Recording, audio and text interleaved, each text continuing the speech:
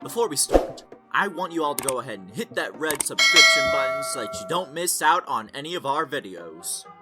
Hey guys, what's up, and welcome back to Film Boss. The folks from Pawn Stars consistently seem to be customer friendly regardless of how impolite a client gets. But by day's end, they are business people, and are not there to make friends, and if the customer attempts to deceive them or begin raising hell, they won't likely be welcomed in the store at any point in the near future. Daniel Callahan. Things at the Gold and Silver Pawn Shop go crazy once in a while. Like in October 2011, Daniel Callahan, an angry customer, reported a claim against Rick and his old man for ambushing him inside of their shop. Callahan, a Vietnam veteran who strolls with a stick, got into a dispute with the dad and child team before they set him. As he said in the show of Kohl's that they hauled him through the store and tossed him out onto the walkway. Callahan asserted that he got injured in the episode and his stick just as the rifle he had acquired for evaluation was damaged.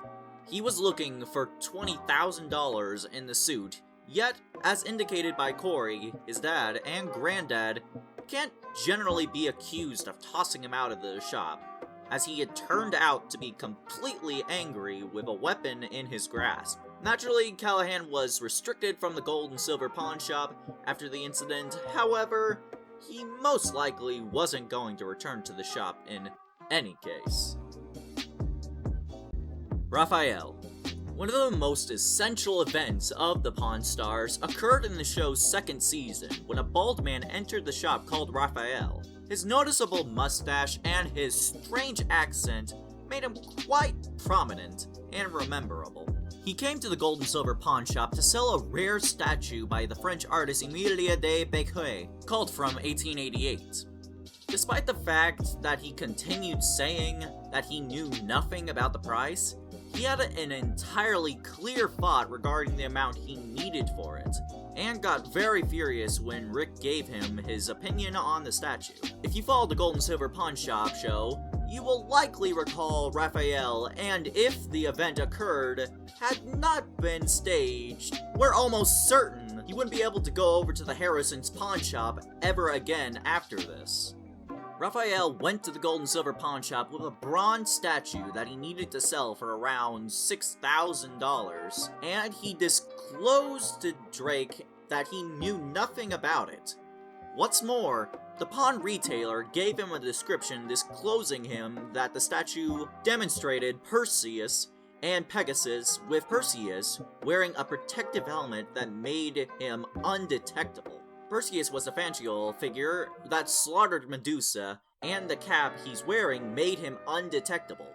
After Raphael expressed that he didn't have the foggiest idea what Rick was discussing, the Pawn Star faked chuckling and afterward proceeded to educate the elderly person that the faction was a French statue carver conceived during the 1830s, who did a ton of fancial stuff, with the Perseus statue being his most popular work. Subsequent to muffling this, Rick began investigating the statue.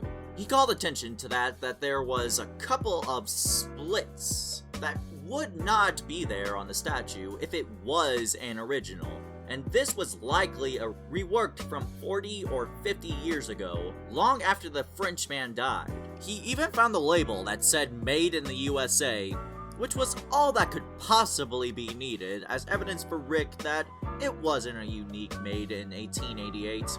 Nonetheless, the clients basically said that he didn't trust him and couldn't have cared less what Rick said. He expressed that what you see and what you can demonstrate were two distant stories, and gave off an impression of being truly furious, even making the security guard on the door make a move. What's interesting is that for any individual who had not seen, the entire circumstance was arranged, but then Rick's response to his client revealing to him that he was brimming with something that should have been beat for TV ought to have made it really clear now. Practically grinning, he lifts his hand and shook his head before his dad stepped in and conveyed his part, clarifying that they never purchase stuff when they don't know about it, and that the statue simply was not for him. The person in the long run left the shop with the statue, saying that it was Rick's misfortune and that his, in any case, fascinating execution was doubtless and an addition for any individual who cherishes unscripted TV and unprofessional acting. This brings us to the end of our video. I hope you enjoyed it, and if you did, then hit like, and don't forget to subscribe to our channel so that you don't miss any of our videos in the future. Also, watch the 2 videos that are on screen, because I'm sure you'll love them. And with that, I'll see you in the next video.